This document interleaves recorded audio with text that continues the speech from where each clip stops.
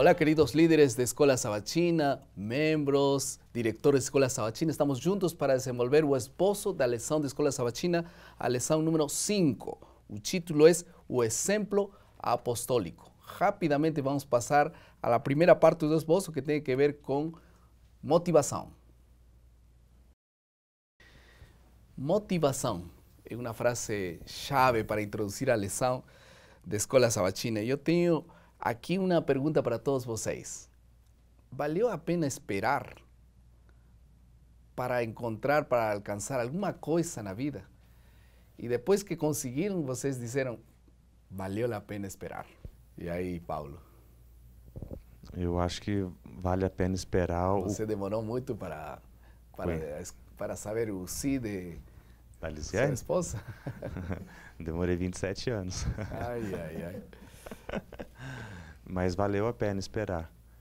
Entre namoros de adolescência e depois um crescimento, uma maturidade. E aí eu entendo que casar no momento certo, na hora certa, com a pessoa certa, vale a pena esperar, sim. E não apressar-se tanto, né? Vale a pena esperar. É isso mesmo, nós vemos aqui no Evangelho de 1 Tessalonicenses capítulo 2, porque vós, irmãos, sabeis pessoalmente que a nossa estada em vós não se tornou infrutífero, valeu a pena, diz. Eu fui 3 semanas, mas valeu a pena. Esse será o nosso tema de estudo nessa semana e que Deus nos acompanhe aprofundando essa verdade. Entramos rapidamente na compreensão do texto. E esse foco que nós escolhemos para esta lição é agradar a Deus. E o amor aos outros é verdadeiramente a motivação de serviço a Deus. Agradar a Deus e amar os demais é a verdadeira motivação para fazer o que fazemos. Rapidamente vamos a recapitular 2 passos fundamentais. Em primeiro lugar, a motivação errada. Será que nós podemos ter motivações equivocadas para servir a Deus? Bem, olha que coisa interessante que eu queria falar aqui para o auditório e também para você que está em casa. Preste atenção que ninguém falsifica uma nota de $3. Alguém aqui já viu uma nota de $3? Curioso que uma vez que eu dei esse exemplo, alguém falou assim, eu já vi uma nota de $3 falsa. Eu falei, não, você viu uma nota inventada. Porque uma nota verdadeira, uma nota para ser falsa tem que ter uma verdadeira. Então ninguém falsifica o que não existe. As pessoas sempre falsificam o que existe. E uma característica do falso é que ele imita o verdadeiro. Hoje, infelizmente, existem muitas religiões, nós estamos numa Babilônia de religiões, para citar o livro do Apocalipse, e tem seita para todo jeito. Alguns até brincam que tem aceita cheque, aceita cartão de crédito, que alguns são financeiros, outros querem levar apenas um evangelho baseado no ganho fácil, onde os líderes religiosos acabam se enriquecendo cada vez mais. Ocorre muitas vezes que aqueles líderes religiosos sérios acabam, por causa da fama de outros não sérios, tomando às vezes um qualitativo que não deveriam tomar. E na época de Paulo também é assim. Havia muitos pregadores, taumaturgos, filósofos, rapsirodos, que eram pregadores itinerantes, que ficavam de cidade em cidade, de rua em rua, contando e cantando as mitologias gregas ou pregando filosofias para o povo. E muitos deles queriam apenas o dinheiro fácil, como na época de Platão, você tinha os sofistas, por exemplo. Na época de Paulo também havia muitos pregadores itinerantes, cada um querendo colocar uma doutrina, mas os motivos desses pregadores eram diferentes dos de Paulo, evidentemente. Mas mesmo naquela época, Pastor Choque, mesmo naquela época, pessoal, havia uma maneira grega de estabelecer quem era um bom pregador, um bom filósofo e quem era um falso filósofo. Anote que eu vou citar para você 3 palavrinhas gregas. Ah, mas grego é complicado, pastor. Não, você fala muito mais grego do que imagina. 3 palavras gregas que as pessoas da época de Tessalônica usavam para apontar quem seria um filósofo ou um pregador que valeria a pena escutar. Ele tinha que ter 3 qualidades. Primeiro, vamos decorar e vamos repetir juntos aqui. Logos. Fácil, né? Logos. Logos. Segundo, você repita conosco em casa também, logos. Segundo, ele também teria que ter ethos. Ethos. Ethos. Ethos. Logos, ethos e a terceira, patos.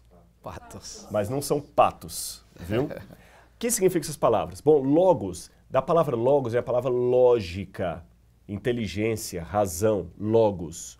Você não fala, por exemplo, biologia, o estudo da vida. Você não fala teologia, um estudo acerca de Deus. Então, o que ele prega tem que ter um estudo, uma razão, uma base, logos. Lógica, uma né? lógica. Segundo lugar, o que ele prega tem que ter um ethos. Da palavra ethos é a palavra ética. Ethos em grego significa retidão, justiça. Ele tem que ser uma pessoa que ele vive o que ele prega. Então, em primeiro lugar, tem que ter um logos, uma lógica. Em segundo lugar, um ethos. Ele tem que viver o que ele prega. E em terceiro, um pathos. A palavra pathos não significa pato, como eu falei. Mas você já ouviu falar em simpatia? O que é simpatia? Sofrer com o outro. Ou quando empatia você vai, também, né? empatia, simpatia. Quando você vai para o hospital, você é um paciente. Então, ele tem que envolver com o auditório que ele está pregando, ele tem que se importar com as pessoas. Esse tripé era o que diferenciava um verdadeiro pregador de um falso pregador. Ele tinha que ter lógica no que está dizendo, ele tinha que viver aquilo que ele estava pregando e terceiro, ele tinha que se importar com as pessoas às quais ele estava levando essa mensagem. E Paulo coloca isso. Vamos ler rapidamente um texto aqui. Eu queria convidar o nosso auditório, vamos ler de uma maneira um pouquinho diferente. Nós, no intervalo, já combinamos que eles iam fazer isso. Mas você em casa também deve abrir a sua Bíblia em 1 Tessalonicenses, isso mesmo, 1 Tessalonicenses, capítulo 2, versículos 3 a 6. E cada um vai ler um verso aqui. Vamos começar com a Josi, então. 1 Tessalonicenses, capítulo 2, versículos 3 em diante. Cada um vai lendo um verso. Pois a nossa exortação não procede de engano, nem de impureza e nem se baseia em dolo. Pelo contrário, visto que fomos aprovados por Deus, a ponto de nos confiar a Ele o Evangelho, assim falamos, não para que agrademos aos homens, e sim a Deus, que prova o nosso coração. A verdade é que nunca usamos de linguagem de bajulação, como sabeis, nem de intuitos gananciosos. Deus disto é testemunha. Também jamais andamos buscando glória de homens, nem de vós, nem de outros. Você viu, Paulo colocou em cada um desses versículos aquelas características. Ele falou assim, olha, eu não preguei o evangelho de qualquer maneira. Eu tenho uma profecia, aliás, foi a primeira lição desse trimestre. Eu tenho uma lógica no que eu estou fazendo. Segundo, Paulo também dizia, nós não pregamos o evangelho com dolo, com engodo, como muitos assim, só com ganho financeiro. Pelo contrário, eu não quis ser pesado a nenhum de vós. E ele coloca o principal e último motivo, que daquele tripé que eu falei com você. Lembra do patos? Olha o que ele vai dizer agora no capítulo 2, verso 8. Vou pedir o pastor Marcelo para ler para a gente. Assim, querendo-vos muito, estávamos prontos a oferecer-vos não somente o Evangelho de Deus, mas igualmente a própria vida. Por isso que vos tornastes muito amados de nós. Patos, simpatia. Então esse tripé que você deve levar na hora de pregar o Evangelho. Vamos lembrar? Logos. O que é? A lógica do que eu estou pregando. Segundo, ethos, que é a retidão, viver aquilo que eu prego. A sua vida pode ser a única Bíblia que muita gente está lendo fora da igreja. Preste atenção nisso. E em terceiro lugar, pathos, simpatia, empatia, sofrer com, simpatizar-se, se importar com. Se você não se importa com a pessoa que você está evangelizando, você não está evangelizando. Faça como Paulo. Torne as pessoas que você quer alcançar pessoas amadas de sua própria alma.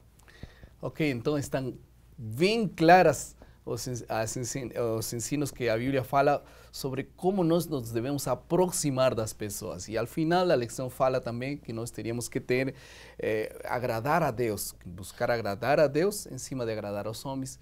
E em segundo lugar, amar profundamente as pessoas. Vamos a passar rapidamente à terceira parte do nosso esboço, que tem que ver com a aplicação. Cada vez que prestamos um serviço para Deus, buscamos agradar a Deus ou aos homens? Uma pergunta, né? E aí? Eu acho que quando nosso relacionamento com Deus é muito parecido com o relacionamento de pai para filho. E geralmente, como quando você obedece ao seu pai e você ama o seu pai, você quer que ele se orgulhe de você. Você quer fazer as coisas para deixar ele feliz. Eu acho que é a mesma coisa com Deus. Às vezes eu quero fazer uma coisa que eu quero deixar ele feliz. Eu quero mostrar minha gratidão pelo que ele fez por mim. Mas algumas vezes, nós quando servimos na igreja, alguém canta, será que quer agradar a Deus ou quer agradar aos ouvidos humanos? O que acha, Marcelo? Infelizmente, nós somos muito egoístas, né? E às vezes fazemos as coisas para benefício próprio. E isso deve ser moldado no nosso caráter e Deus pode fazer isso em nós. Inclusive nosso trabalho, nosso serviço, qualquer coisa que nós façamos na igreja, a pergunta deveria ser: o que motiva a fazer o que eu faço?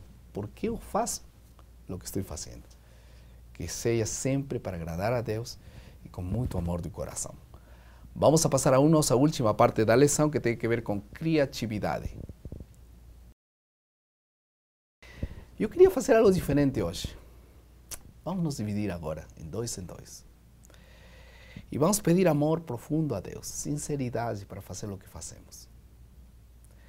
Inclusive, se eu trabalho para Deus, se eu vou à igreja, qualquer coisa que eu faça, se eu não quero agradar a Deus, e se não tenho amor profundo, de nada serve. Vamos orar. Vamos buscar de dois em dois aqui. Nos vamos levantar. Vamos orar para que Deus nos dê amor profundo e sinceridade.